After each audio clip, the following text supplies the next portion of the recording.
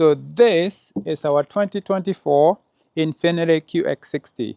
It's a car we bought brand new in the summer of 2024. So we have owned it about a year now. When we were shopping for a replacement for our old Infiniti, this car was not even on the list, but somehow we ended up with it. The QX60 came out in 2014, but before that they were called the JX35. And in 2014, Infiniti changed the naming of all the cars that they had to start with a Q. The JX35 became the QX60. However, the design did not change.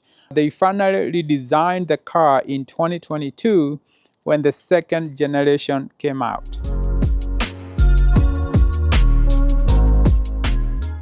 So the QX60 comes in 4 different trims. So the base trim is around $50,000, and the Autograph starts somewhere around $66,000. The one we got is the top of the line Autograph, which is fully loaded with every option, and that tipped the scale at $69,000.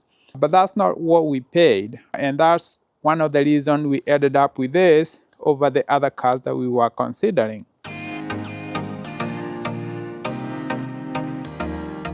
If you look hard enough, you can see the Nissan Pathfinder hidden somewhere in here. But they did change quite a few things on this one to make it feel more premium and distinguish it from the Pathfinder. Starting with the front, I like the huge grille. This being the second generation, it has more straight lines, and this looks a lot better compared to the first generation. I do like the design of the headlights. They have nice details inside, and these do swivel, so when you turn the steering wheel, they will turn with a steering angle. The high beam will automatically come on, and if they sense another car coming towards you, the high beam will automatically turn off. So that eliminates the need for fog lights. You have a bunch of sensors down here. The front end is clean and simple, but yet a little bit aggressive. So moving on to the side profile of the car, they kept it simple and clean, and the door, they are touch sensitive if you want to lock and unlock. But you also have 7 inches of clearance, making it look like it's sitting a lot higher. But I don't think a lot of people will ever take this off-road. But I have, and it does very well. You get some nice LED taillights here. In this middle piece here, you get the backup camera and also the little button that opens the lift gate. If you get a top-of-the-line Autograph, it comes with a tow hitch already installed and also the wiring. So I do appreciate the design of the second generation of the QX60. It looks like a proper SUV.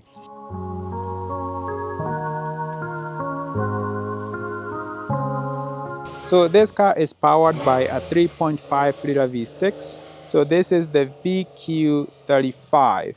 And the VQ engine has been used by Nissan for well over 30 years. So it's a true and tested power plant.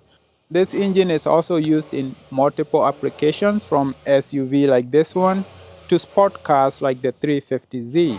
In this application, it's making 295 horsepower and 270 pound-feet of torque. It's also attached to a 9-speed automatic transmission, which is a ZF transmission.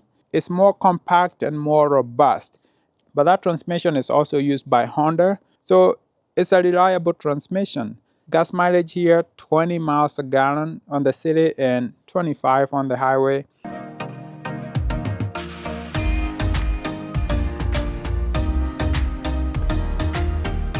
I have to say, this is where it shines. This is where it actually beats most of the competition. This interior is what made us buy this car over the MDX. We just like the attention to details. It has the wow factor. For instance, we did not expect to see diamond stitching on the dash. Lexus does not offer that. Acura did not offer that. When you're spending this kind of money, close to $70,000, you want the interior to feel special, because that's where you spend most of your time. So this is called saddle brown. I think it's a very nice rich color. It makes this interior feel a little bit welcoming, and it goes very well with the exterior. I do like the extra details on the seat, contrast stitching. You have quilted leather. You have autograph imprinted on here. And these seats, they do offer lumbar massage, and you can activate it by hitting the switch here.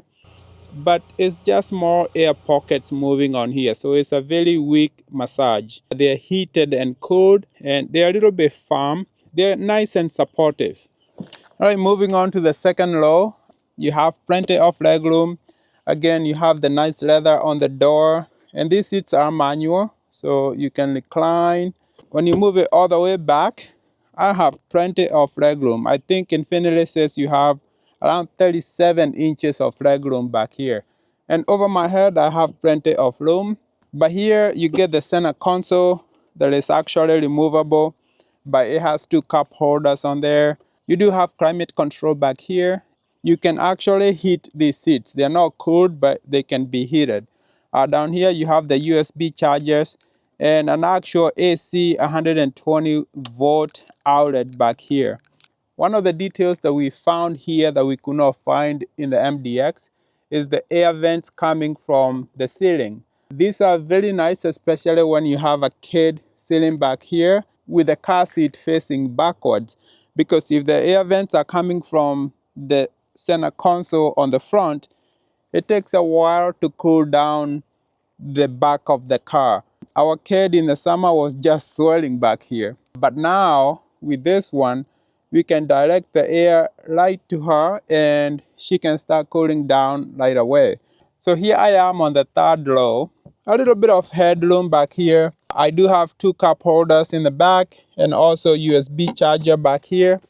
Again, you have the air vents coming from the roof. And I think some of the cars in this space, they do not even offer the air vent back here. But the back seat, you can only sit two. I think on a Nissan Pathfinder, you can sit three. You have a little bit of leg room, not much. There is a switch on the back of the seat.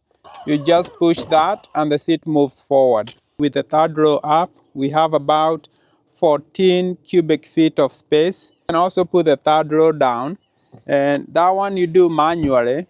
Now you have around 45 cubic feet of space back here.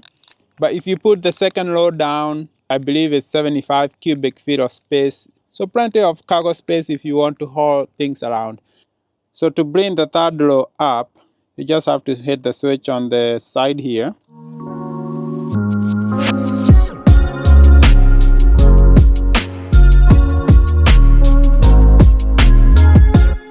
So driving the car, the first thing you notice is how quiet the interior is. Like, listen to this. I can whisper in here and you can actually hear me. So they did an exceptional job isolating the exterior noise in this cabin. Maybe a little bit of engine noise comes through, a little bit of wind noise at high speeds, but when you're doing regular 40 miles an hour, it's very quiet. The other thing is the suspension is on the firmer side. It's a little bit firm, and some people might not like that, but it does have its advantages. It helps with handling, and also when you're cornering, you don't experience body roll in this car. I like the steering wheel. Some people might say it's a little bit numb. It doesn't have a lot of feedback, but this is a family car, so I don't expect, or you don't want to notice every road imperfection when you're driving a car like this. So this car is isolating you from a lot of road imperfection and also exterior noise.